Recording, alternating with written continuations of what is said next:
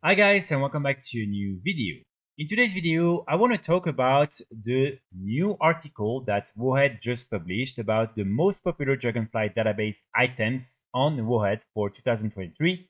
And especially, I want to talk about the main item, the number one, which is the Elemental Lariat. So this is probably something that most of you know. This has been one of the most powerful items in Season 1 of Dragonflight, and I want to give my perspective from a gold making perspective and explain why I think this item was really not good and what Blizzard should do in the future to avoid having the same situation happen with other very powerful items that basically anyone needs in the game in order to be competitive. So for those of you that are not really familiar with this item, but again, I'm sure most of you who are playing Dragonflight know about this item.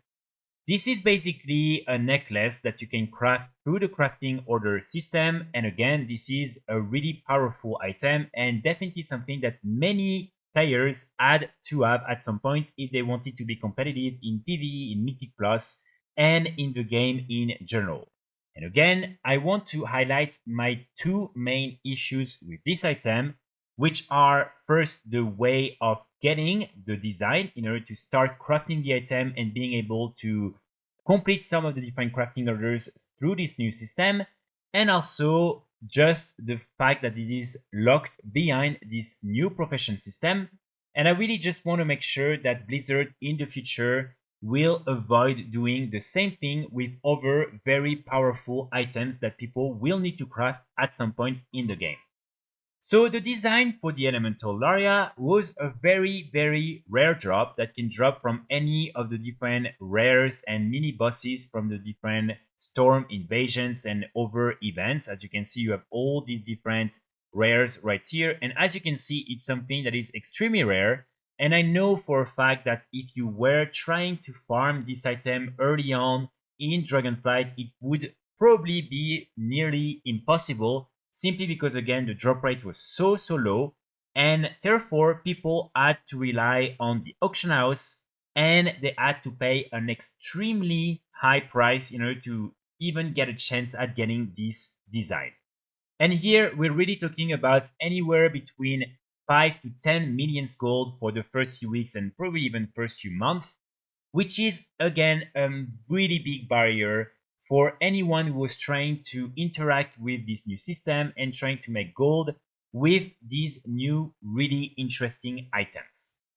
The main reason why I think this is a bad system, first, is the fact that there is not a real way for someone who actively wants to get the design and wants to start crafting it and wants to maybe make some gold with it, is the fact that it is purely random, and also it could drop from anyone, even if you didn't have the right profession and if you were not really trying to get this item. Of course, there are plenty of items like that in the game, but here we're talking about an item that was so powerful and so important that if you wanted to make some real gold with the crafting order system, you would have to get at some point.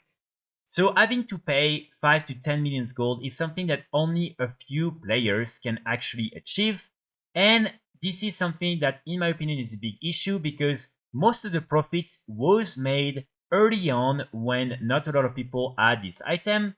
And as you can imagine, it means that any casual players who again are trying to play with a little bit this new system, try to interact with it and make some gold with it, was unfortunately not able to do so simply because it was so difficult in the first place to even get your hands on the design.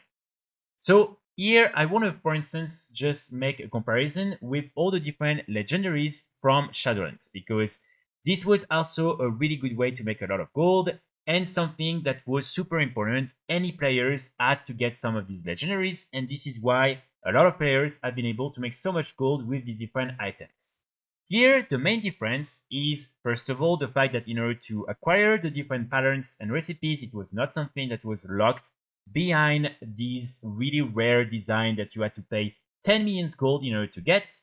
And also the fact that you could get one plant at a time and then you had to unlock the different ranks. So it was still something that would require you to invest a lot of gold. But I know that a lot of players who were starting or were trying to make some gold were able to do after a little bit of time just by crafting some of the rank ones and then investing the money they got to unlock the ranks 2 and everything, and then unlock the rank 4 finally. So it was something that, while it was still pretty difficult to interact with because you need to invest a lot of gold, you were able to do even without having to have first 10 million gold available to get the design and start crafting these items in the first place. I think it's completely fine to have these types of really rare patterns and recipes that are expensive, for instance, for the high society top hats, or maybe the different glasses that you can craft from Cataclysm with jewel crafting. But again, these are cosmetic items and these are not really necessary. And so I think this is really not the same as a really powerful item that anyone is going to have at some point to craft in order, again, to be competitive in the game. Here, I can just imagine that for a lot of people, it has been very frustrating to take jewel crafting, do all the different steps in order to get a good ranking, to unlock all the different profession traits, to get all the profession knowledge, and all of that to see that the almost only item that was profitable and that people could make some gold with was locked again behind a 10 million gold paywall. There's been other items like that in Dragonflight, but none of them reached that crazy amount of gold. For many of those other items, for instance, here I'm thinking of other necklaces that were really, really good. So, for instance, as you can see, you have the Torque of Pastime. Of course, you also have the Signet of Titanic Insight and the Ringbound Hourglass. But all these other patterns were maybe around 200, 300,000 gold, maybe a little bit more, but nothing more than a million gold. And so definitely something that is a little bit more affordable and that people can easily get and then start making gold with. But here again, we're talking about a design that was only made for the extremely rich people to be even more rich.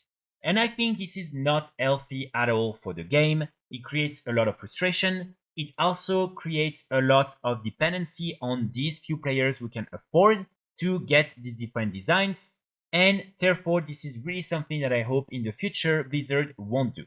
What they could have done instead of having these dropping randomly from rares and for anyone is having a way for people who really want, again, to get the design and make some gold and work towards getting that and crafting these different items, a way to farm it, a way to have a clear objective of I need to do these different steps and after a certain point I will get it, instead of killing thousands of rares and never getting it when someone completely random could do their first invasion ever and get it dropped and then make 10 million gold like that.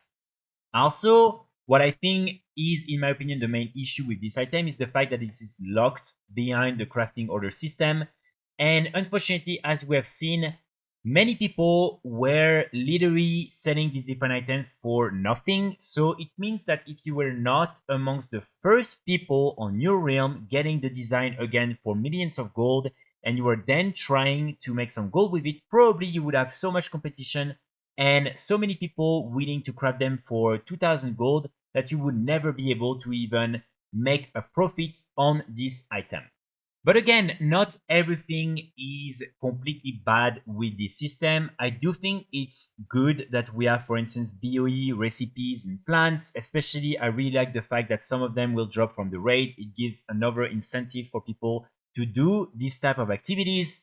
I also think it's overall good for the economy that you are able to sell this type of plants and recipes. My main issue, again, with this specific design was how rare it was and how important it was. Such an important item should never be something so random and something so difficult to get for the few people who are trying to interact with this new profession system and trying to make some gold with this new profession system. So we will see what will happen in the next expansion, the War Within. I'm still hoping Blizzard will keep some of these different plants and recipes BOEs, but I really, really hope they learned from the catastrophe, honestly, that was the elemental area at the beginning, and that they will make sure that if someone is trying to work hard in order to get these different designs, they can get them without having to rely on pure luck and also on 10 million gold from the auction house. So that's pretty much it for today's video. It was a very short video. I just wanted to talk about that because I've interacted a lot with the elemental area myself. And I think this is an item that is so popular that it's important to just reflect a little bit on what worked well with the item and what didn't really work so well. Let me know in the comments what you think about this item, if you agree or not with me, if you were happy with the way you were able to get it, and if you think some changes should be made in the future when it comes to these very important items in the game.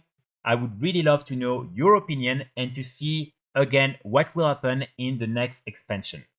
I will be back very soon with more guides and more videos, and in the meantime I wish you all a great Sunday. Bye!